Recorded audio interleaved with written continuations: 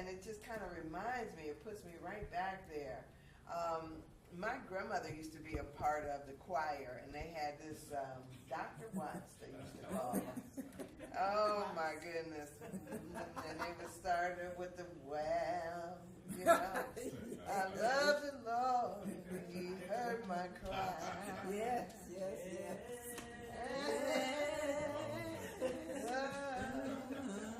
I loved it.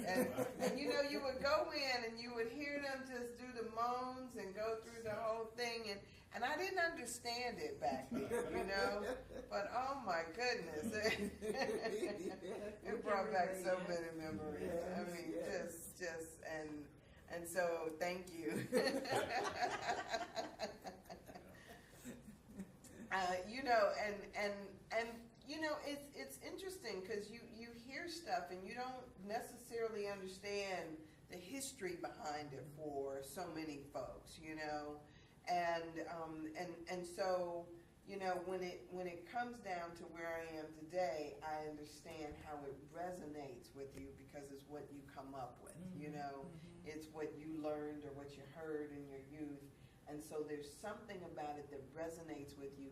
And there's that cellular memory that goes back, and it reaches back into something that is past.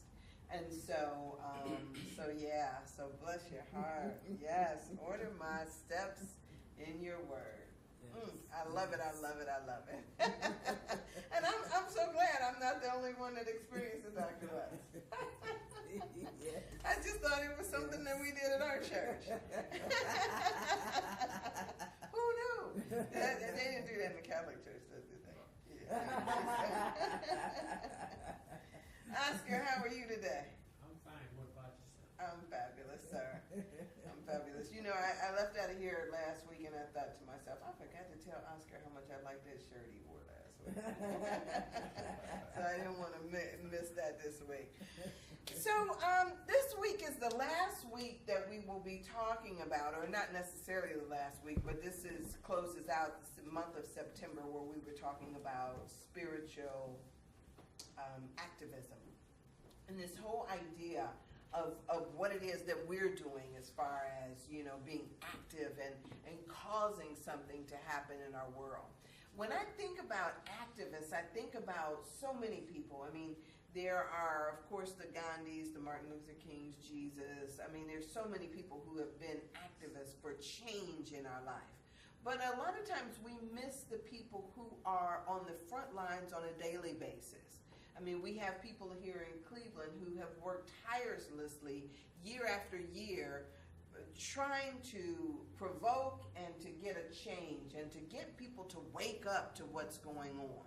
We see it all over the news. We see people who are out there, whether they're on the front lines carrying the picket signs or whether they're the people who are simply standing on the corner. There used to be a guy downtown on the street corner, and he would just, you know, I see you. You know, you couldn't go through downtown without hearing this man saying something to somebody out there on the corner of Euclid. And even though he's gone, he's not forgotten for many of us, whether he was out there playing an instrument or telling you that Jesus and God sees you. So there are so many people all over this world who are activists for something. But when we started talking about spiritual activism, it was funny. I had somebody who sent me an email message this past week, and one of the things that he said is that he hopes that when, you know, his day to meet his maker comes, that he's achieved his purpose in life. And, you know, for me, I started to think about that in the sense that, you know, God's will be done, you know? No matter what we see out here, no matter what we see going on, we like to assume that somehow things are out of order. Like God is sitting up there scratching his head thinking like, what the heck are these people doing? You know? But the fact of the matter is that God is sovereign. God is still all powerful, all knowing, in all, through all, as all. And in spite of our judgments about what we see happening, we're really right on time. And so as I started thinking about that, I started thinking about all the possibilities, that there are of how we can see things, of how we can interpret what we see. I remembered, and it reminded me of the story of Jonah. I love that story, and you remember Jonah used to go out, and Jonah was, probably what we could call an activist for God, out preaching and doing what he was supposed to do. And then God told him, he says, go to Namibia. I want you to go to Namibia and, tell these folks to get their stuff together, right? And so Jonah decided, I'm not going there. I don't want to go there. And so he decided he was going to go someplace else. So he gets on this boat going someplace else, and you'll remember in the story, all of a sudden there was this, great unrest, and the boat started to toss and turn, and the people thought that they were going to die. And they're looking around and they're saying, what the heck is the problem here? It was clear skies just a few minutes ago, right? And so, what they noticed was Jonah wasn't nowhere to be found. They said Jonah was downstairs, down in the belly of the ship, asleep. And so they go down there and they wake him up like, hey, we're in the midst of a storm here. We're about to all perish in this thing. You better pray to your God and see, what the heck the issue is. It said in the story that they threw lots in order to see what the problem was. Now, I don't know. We don't throw lots these days, right? We don't have too many people. Huh? We point fingers. We do. That we do. There's a woman who who over closer to downtown, some people would call her a psychic or whatever. She still throws lots. She has a little thing and she shakes them up and she throws them and and it's like, wow, okay. But that's what they did. And it said Jonah was the issue. And so, they're ready to throw Jonah overboard. And Jonah was like, yeah, throw me overboard because I know that I'm the cause of the issue. And so once Jonah goes over the side, it said immediately there was a calm. So, of course, Jonah, God caused a big fish to come up and swallow Jonah, where they said Jonah lived 3 days in the belly of this fish. Now, Jesus was 3 days in the tomb. There's something interesting about this, not just the 3-day period, but the 3-day encapsulated period. That 3 days that it takes for some type of transition to occur. That number 3 has always been interesting. And so what happened was Jonah survived or was in that whale, the belly of that whale, for 3 days before he was spit out on the dry land and right where he was supposed to go in the first place, in Namibia.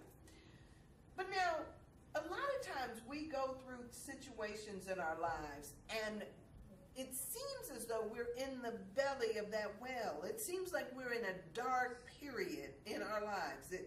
For some reason, we go down and we have these periods of unrest in our life, these periods that seem like just things aren't going right. Sometimes it seems like we're in our own tombs of our lives. I mean, not tombs in the sense that we're somehow in the grave or dead, but in a tomb in the sense that we go through struggles.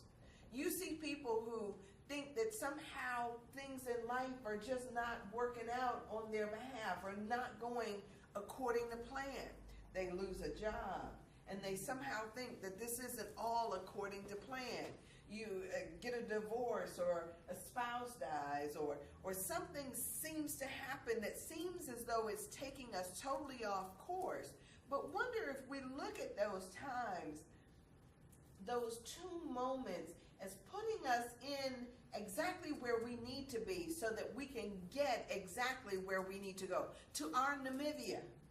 Because when God has a plan and a purpose for your life, we have this assumption that it won't be done. We have the assumption that somehow we can skirt around it or not be right where we're supposed to be. Like we somehow know better. This can't be what God has for me, right?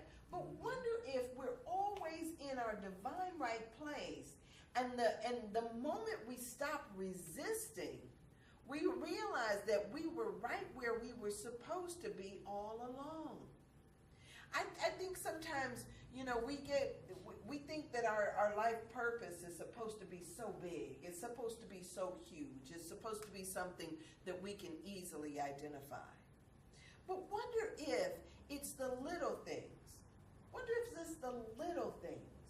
Wonder if it's simply by living our lives as we do that we are an encouragement to others. I have a friend of mine who never quite thinks. Never quite trust that she's always in her divine right place. Somebody offers her a position and she says, "Oh, I'm not ready for that." She'll turn it down as if, and bless you. And it's always to me like, I'm prepared. I'm here. I'm gonna show up and do the best that I can, and know that in doing the best that I can, I grow into what I'm supposed to do. A lot of times, we get the impression that, maybe if I just wait. But you ever, y'all, it's funny to me. I used to see people who would say, this was an unexpected pregnancy. And I always thought to myself, like, where did we get this family planning idea from? I don't know. Is it just me? Or was that just like, it's not something that people used to just plan. It just like, whoops, there it is. And the reason why I say that is because y'all know I have these cats that hang around my house, right? And every time these darn cats, they get pregnant, it's so weird, because then they're looking like, where'd you come from? Like it just kind of came out. And it's like, no, there's a process. There's something that's happening. They don't get it, though, because I guess they're cats. They don't connect A and B together. But it simply just happens. And it's as if life gives us what we need in order to get where it is that we are. And so for me, I'm always there, like, this is a year of my yes, but my life has been about saying yes. Yes. I don't quite know how to do it, but yes. I'll try. I'll make an effort. Maybe this time it won't happen, but next time maybe it will. Maybe this time, not quite right. Cooking is kind of like that, right? We try it the first time, maybe the second time.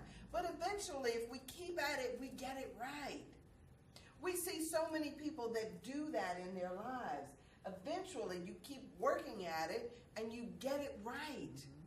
Nothing is made to be perfect. Same girlfriend, I sit there and I tell her, relationships, people, men are not like clothes. You don't get them and there's one size fits all or come out perfect. It's a process. These things are processes. All of us are in the process.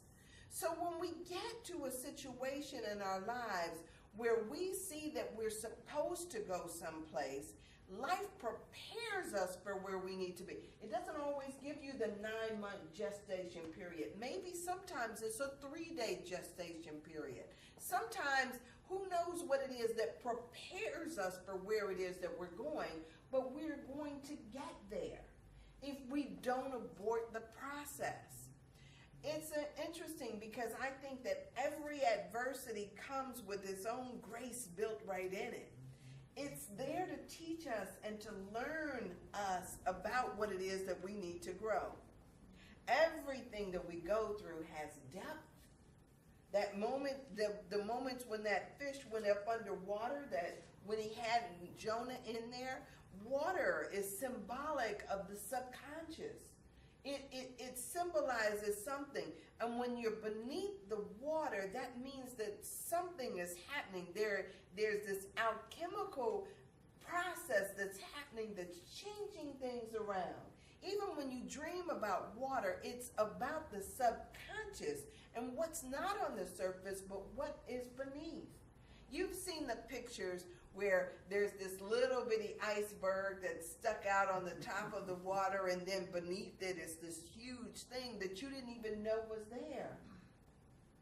Not everything, shows up like we're supposed to see it. Sometimes it only looks like a small thing, but it can be so much bigger. I went to a funeral yesterday of a friend who, one of the guys who spoke, he said that, he had been there and he had been kind of, going over to his house for about a week and kept saying, man, you need to go see a doctor. You need to go see a doctor. And finally, after about a week, he said, I just called the ambulance because he was just, he kept thinking he was going to get better. So he goes into the hospital, and 18 days after he was diagnosed, he passed. And he wasn't even 50. And it's amazing because a lot of times, you know how people will say, oh, it's just a little cough, or it's just a little this, or it's just a little that, and then it becomes something that's huge. So what we see, everything has a depth to it. Everything is not always surface. And so when something comes to us, it doesn't necessarily just come for no reason. It comes to show us something, to teach us something, and to grow us. So everything has a depth, everything has a purpose, and everything has its own grace built right in it. So as I kept looking at the story of Jonah and thinking about what it means, we have this idea that we're going to get around our purpose or get around what it is that God has for our lives. But imagine that there's no getting around any of it, right? Imagine that it's taking us right where we need to be. And whatever situation you're in, whatever occurrence you are, that's where you're supposed to grow. That's where you're supposed to show up. I know for me, I always say, no matter where I am, let me be about the business of being thankful. Let me be happy in it. Let me know that I'm here and I'm here for a reason. Let me, and watch my own disposition, because people, unbeknownst to me, are watching me. They're looking at me and hearing what it is that I say. Am I an encourager or am I a discourager? Am I saying, yes, you can, or am I telling you all the reasons why you can't? That's one of the reasons why they tell us we got to watch the company we keep. Because sometimes these thoughts, these ideas of craziness can come along and they can infect us in how we see things, how we think about things. If we are around people who are negative, constantly telling us what we can't do, then we start to believe them. I can't tell you how many people I hear talk about how they were raised and talk about their parents and what their parents didn't do and what their parents didn't give them. Well, at a certain point, we've got to start saying, well, what are we giving ourselves? What is it that we're listening to? And be our own encourager, and then figure out how we can encourage somebody else. And so it's amazing because, honestly, I know y'all know I'll probably never be a singer. That's not my gifting, right? And that's okay. But, at the same time, it's like, who is it to sing, baby, sing anyway? Right. You're not going to get paid for it. But heck, go ahead and do that. If it makes you happy, do it full tilt boogie until you can't anymore. Just figure out how to be you. I love to dance. I mean, it's what I do. I mean, I can walk around the house and just break out and dance and not hear any music at all. But it gives me joy. And so why not do it? Why not encourage people? Here's the other thing, is a lot of times people confuse their purpose with their profession. And they think that somehow that only this over if I have a job am I living a purpose. Or only, that which pays me is my purpose. But we get so confused. It's not, those two are not mutually exclusive. Our purpose is what we do on a daily basis. It's who we see, it's who we encourage, it's how we are in the world. And we never know where it is that we are going to, where we need to show up. It's funny, right before I came here, I follow my first mind, I follow my first mind, I follow my first mind. Isn't it wonderful when what you preach you actually practice too, right? And so, when I was getting ready to walk out the door, I was like, it came into my mind just as quickly, put one of those Science of Mind books in your purse. And so that's what I did. And then when I get here and I see Valerie's not here, I was thinking to myself, oh, wonderful, but Aurelia's here. Aurelia pulled out the same book that I stuck in my purse. And so often, there are little gentle things that tell us, at whatever time it is, stop for a minute, wait right here. And we don't know the reason why we're waiting right here, but then all of a sudden when somebody else enters scene, we figure out, oh, there's something I'm supposed to do, something I'm supposed to say. Somebody needed me, and I didn't know what it was. I heard this cute story about this woman who was going over a friend's house for Christmas dinners. She had 2 Christmas dinners to go to. So her being the organized planner that she is, a week or 2 before Christmas was coming, she calls this bakery and she orders 7 pies. She orders 4 pecan pies, 2 apples, and 2 lemon meringues. So, of course, Christmas Eve comes and she thinks she's got everything going on, except for now all of a sudden there's a big snowstorm. So this big snowstorm comes and she has some problems. She's running behind with her schedule. She goes to pick up her mother-in-law, and then her and her mother-in-law are supposed to go and pick up the pies. So she gets finally to the pie store, right before they're getting ready to close, and she says, I'm here to pick up my pies. And the guy's standing there and he's looking at her like, we don't have your pies. It was storming really bad outside, and she was like, no, I paid for them. I got my receipt right here.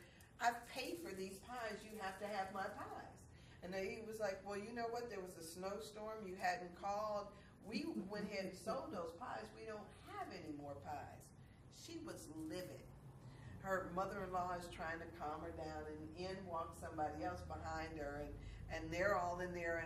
And the woman says to her, she says, well, you know what, I'm going to say a prayer for you. And she says, I don't need prayer, I need pie, right? That's kind of like my girlfriend did me. I don't need prayers, I need, she needed a job. She didn't want to, so, but the woman says she was going to pray for her anyway. Anyway, the woman leaves out of the store and she's upset. She gets in the car like, oh my God, now what am I going to do? Of course, since it's Christmas Eve, everything's going to be, closed and then closed for a few days. So she says she gets in the car and her mother-in-law keeps talking to her. And finally she says, why don't you just try calling that other bakery? It was across town, but just try it. So she actually picks up the phone, her cell phone, and she calls the other bakery. And so when the person answers the phone, he's like, yeah, we were just about to close. He says, and she was like, do you have any pies? And he says, I've got 7 left and I'd really like to get rid of them before we close. And so she says, oh, great. She was like, she's on her way. And so she zooms over there. He boxes up the pies, and guess what it was? There was 4 pecan pies, 2 apple pies, and 2 lemon meringue pies. Just what she'd ordered. She just had to drive across town to a different store in order to get it.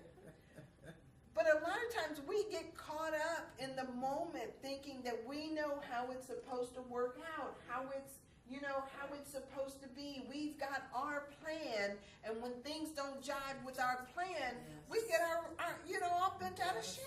Yes.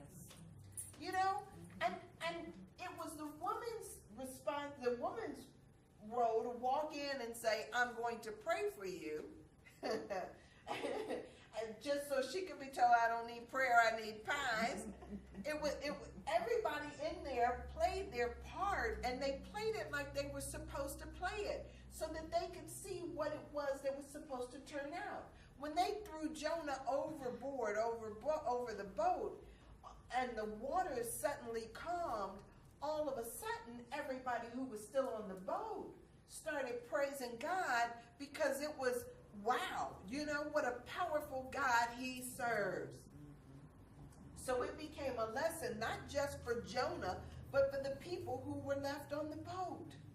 All of this stuff works together because that's how it's supposed to work together.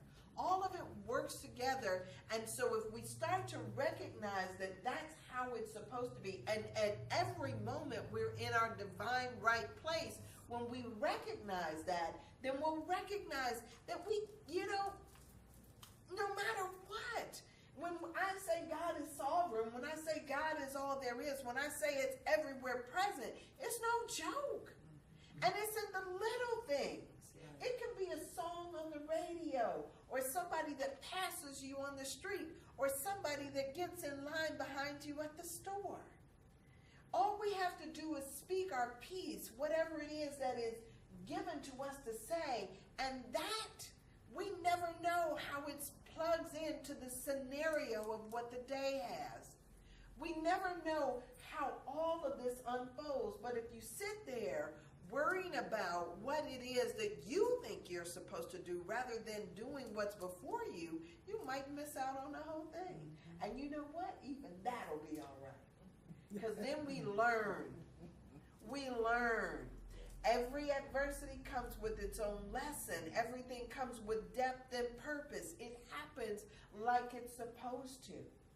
And so then, so for me not doing what I think in my mind, oh, I'm supposed to take this, and then I get there and then it's missing, and I knew I was told, I knew I had a gentle nudge that said, put it in your purse. I knew that something was telling me that. And if I ignore it, then I get the message. I realize what I was supposed to do and how I was supposed to change. It says, so if you get to a place where you start to understand the things that come up in your life, right? When you understand that every adversity comes with its own grace, then we'll know that we're exactly where we're supposed to be. You know, and as I was telling my friend, as I started recounting that Jonah story, I was telling him, I said, you know, we arrogantly assume that, you know, that we have, you know, control over this stuff. I kind of laugh because I always think about Crystal's little tagline in her email. If you want to make God laugh, tell him your plans, right? And so when I think about it from that perspective, I'm always thinking, I think I know what I'm supposed to do. I think I know what part I'm supposed to play. But we don't always. It's in our own arrogance that we think that we're telling God what we're supposed to do. We're telling God what our gift is, and you might not know. You know, you might not understand it. So when I'm sitting there and I'm talking about the Dr. Watts and how the Dr. Watts used to sing, those folks were just doing what they did. And I didn't know at the time, nor do I understand fully how that impacts me today. I know that it had meaning for me. It has meaning for me now.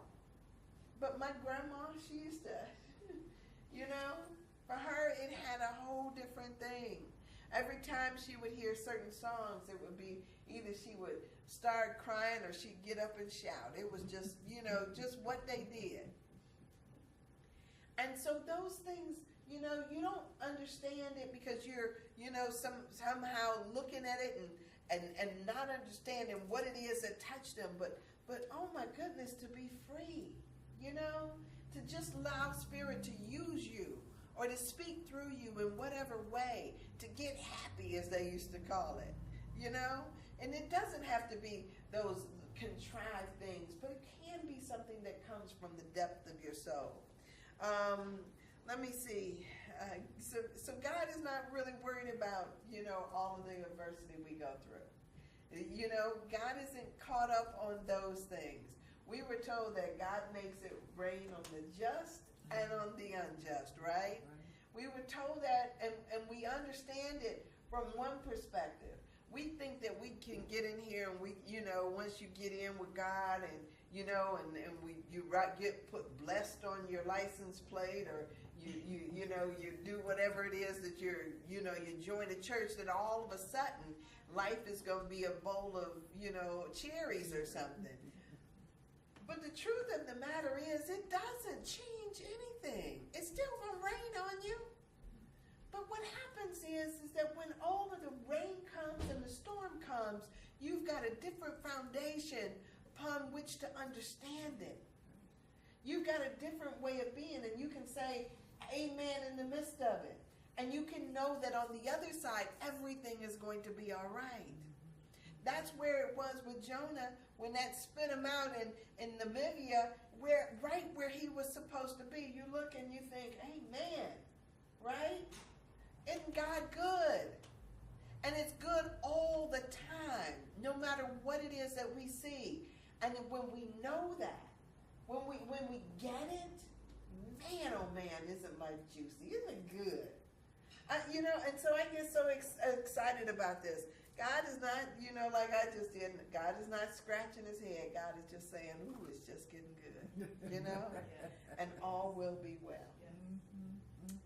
All right, any comments or questions before I, you know, somehow it's like, I don't know how it happens, but it's like, yeah, it's gone.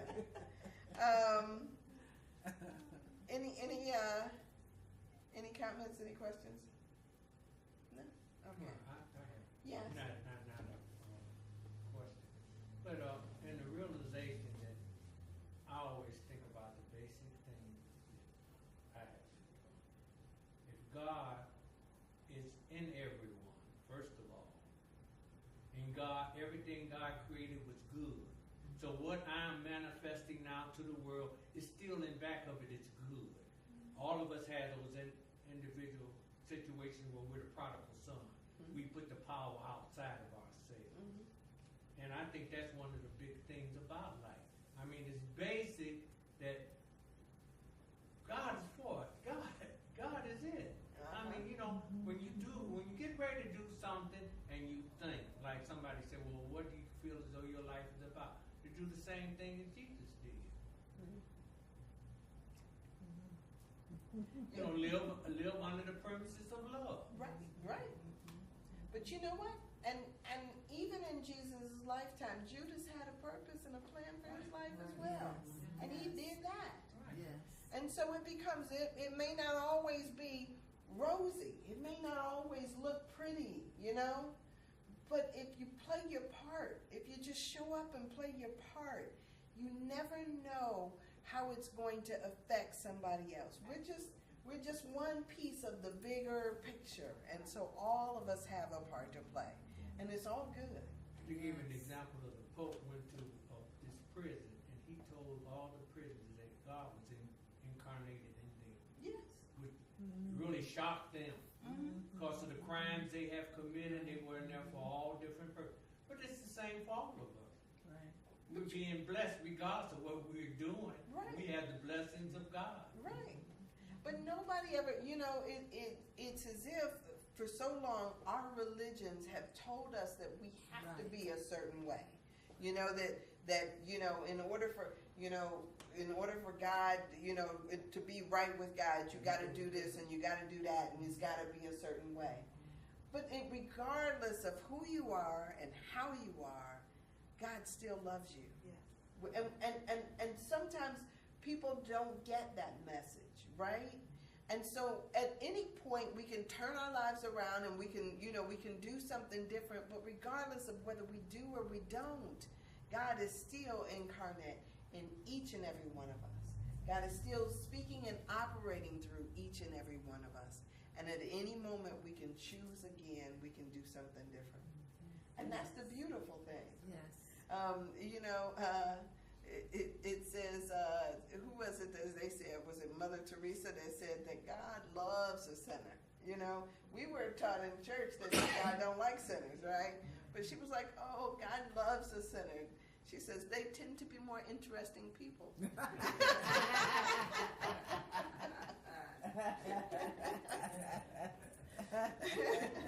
And so, sometimes I heard somebody say that we need to stop boring God to death by assuming that we know that what he wants us to do, to walk the straight and narrow or do this or do that.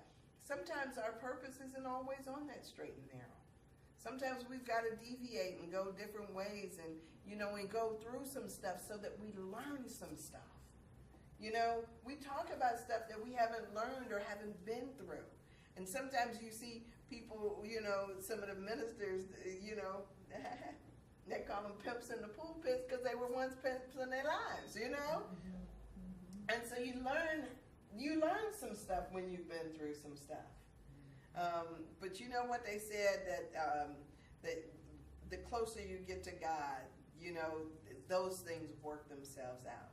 They say you can't get right away from God, you get right with God. And so it's wonderful when you realize that there is a purpose and a plan, and if we can show up and speak our truth, even me in my reformed self, and when I show up and I speak my truth, hopefully you get that I actually didn't get there on the easy path, but I went through a rocky road in order to get where I'm at. So blessings. All right, so with that, pray with me. So Father, Mother God, in this moment, we just recognize the allness of who you are.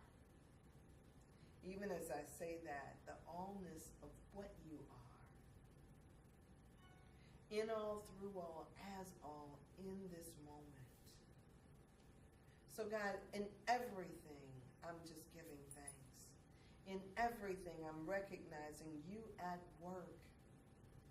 God, I just bless each and every person here that they have ears to hear, a heart that is open, and a willingness to do what it is that you would have them do in every situation.